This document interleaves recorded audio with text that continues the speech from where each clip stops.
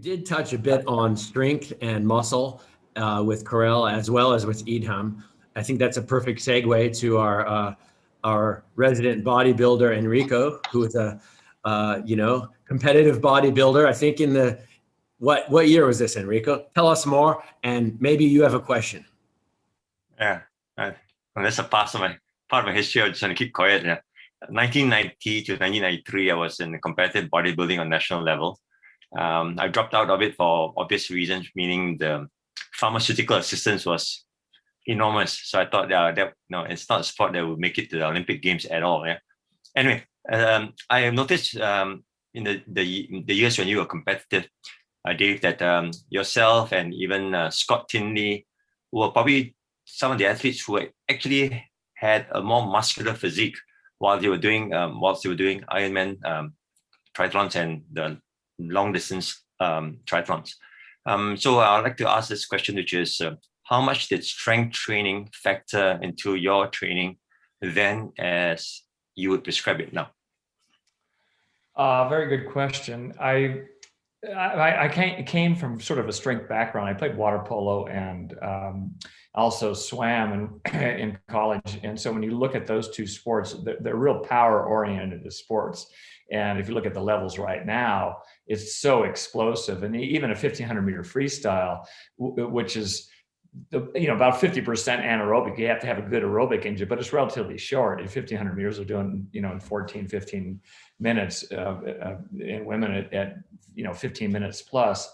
So I thought it was paramount during my early years in high school and college, and continuing that into triathlon.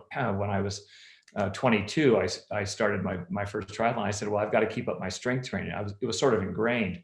And I've never really deviated from that, contrary to what I just talked about with Carell and talking about diet, where I said carbohydrate and now don't eat them. So I'm a big advocate of strength training. I don't think it's done properly with a lot of the athletes. And I look at really the running ability that people have at the Ironman level. And I would say this, if Jan Frodeno was on the air with us, and I mentioned this to many athletes, including Lionel Sanders, who's got tremendous quads and no glutes. And a lot of the athletes, and Jan, amazing, he holds the record time in Kona, but he's not run well at his potential. There's so many brilliant runners now. Jan's gone 106 high, and I saw him do that in South Africa in the 70.3 World Championships, getting off the bike, 106 for a half marathon, darn fast. But translating that to Ironman, he should be in the low 230s in Kona. And I realize the conditions are tough, but I couldn't run 106, but they're not running as fast as Mark and I did whenever that was 30 plus years ago. And I'm not patting ourselves on the back. I want the best athletes to run faster. The women are shockingly bad right now. Chrissy and Mirinda ran 252s, and this was 5, 6, 7 years ago. So why are they not able to run fast? Is it a nutritional issue? I think it's, and again, this is just anecdotal. It's just me spewing out what I think. I think a lot of them don't do strength training. And even when I was working with Craig Alexander and Chrissy Wellington, they were just crazy about doing it. And because they didn't have bilateral strength, they were very asymmetrical. Ironically, their left side, their glute muscles were like a bowl of butter. And I say, tighten that glute muscle, and they said, we are. And I said, well, just grab it. It's dreadful. But that drove them crazy. So they became big advocates of it and became better runners. Craig, on the day that he won 8:03, he still was cramping a little bit. And why? No, there's a lot to the puzzle. So I think, Enrico, I'm a big fan of doing strength training year round. And one of the key tenets of really elevating those fast twitch fibers, the 2A and the 2B fibers are kind of what you're looking on. The 2A ones help the slow twitch ones. And if we can develop those, because they kind of move back and forth. What I have, and I've seen this with many, many athletes over the years, is a lot of the endurance athletes and triathletes don't go to what I call hardy fatigue or near failure. And I'm just alluding to this to Carell, that you've got to take the exercises to very high fatigue with good form to reap the benefit. And you're very familiar with that in your previous industry. Most of the endurance athletes don't do that. You know, I see them standing in front of a mirror and they've got, you know, these 3-kilogram dumbbells, and they're, you know, they're doing something like this. I say, why bother? You might as well drink a cup of tea. So I don't know if I answered your question. Did I? Yeah, I mean, you did that. Just that because in continuing the conversation about aging up, you know, and we lose muscle mass tremendously through time. And I think that muscles are so important part of the overall carriage and performance.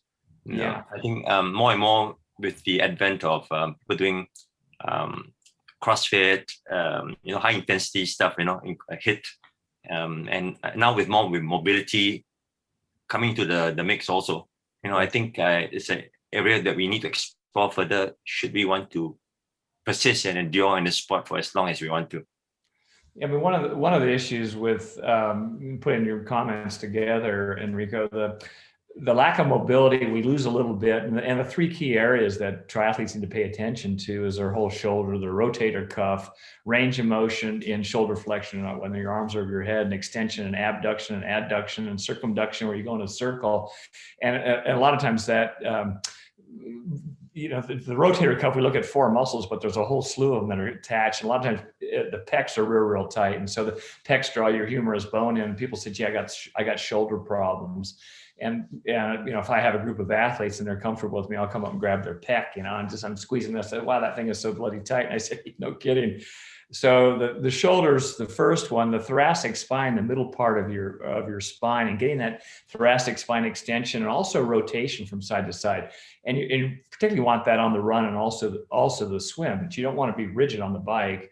And the last area is where people get really locked up is their hips.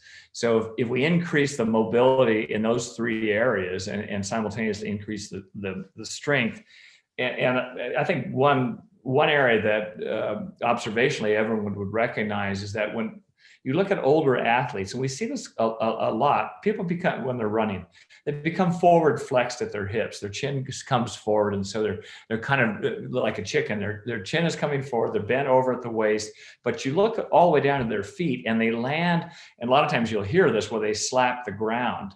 And so the feet muscles become weakened.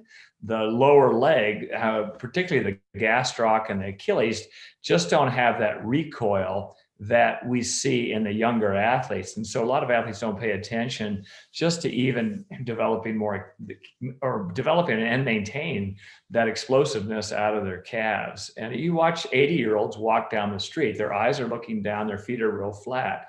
But you can see the converse of that, where you'll see athletes standing tall, great posture, eyes looking straight ahead. You know, I always tell people you kind of want to make a soft double chin. If you're driving in your car, you can just practice pushing your head back against your headrest and retracting your shoulders, but keeping them soft so you have good posture. And that's really the alignment that you want on swim, bike, run. And I think you've got a few videos like that on YouTube, Dave. Some doing strength work. One really good one I liked in your backyard, I think, and another one where you talk about that double chin with an athlete at a track. So I checked those out. Yeah, I have a number of them, and just range of motion and strength stuff. So there's a lot of exercise that you can do with stretch cords. You know, the simplicity of a few light weights and body weight and stretch cord, you can really reap the benefits.